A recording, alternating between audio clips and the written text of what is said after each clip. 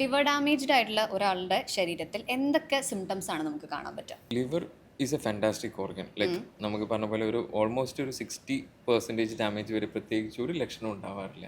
അത് യൂഷ്വലി നമ്മൾ incidental finding ആണ് മിക്കവാറും ക്രോണിക്കലി. ഇപ്പം ഈയിടെയായിട്ട് ഇപ്പം നമുക്കിപ്പോൾ കോർപ്പറേറ്റ് ഹെൽത്ത് ചെക്കപ്പ് ആയിക്കോട്ടെ, people are more towards screening എന്നുള്ളൊരു പ്രാക്ടീസ് വല്ലാണ്ട് നല്ലോണം ഉണ്ടല്ലോ. അപ്പം അങ്ങനെ ഒരു ഇൻസിഡന്റൽ ആയിട്ടാണ് അവർ മോസ്റ്റ് ഓഫ് ദ ടൈം.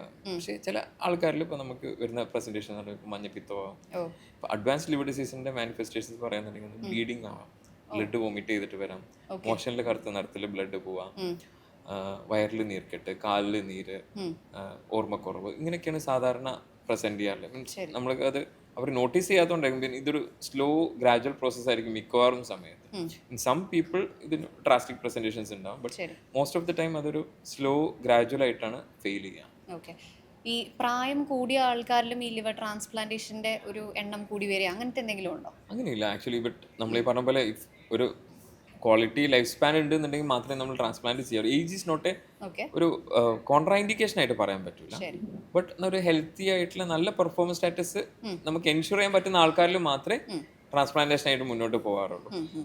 താഴത്തേക്ക് വരികയാണെന്നുണ്ടെങ്കിൽ മീൻസ് ഈവൻ ഡേയ്സ് പ്രായമുള്ള കുട്ടികളിൽ വരെ ട്രാൻസ്പ്ലാന്റേഷൻ ചെയ്യുന്നുണ്ട്. ആണോ?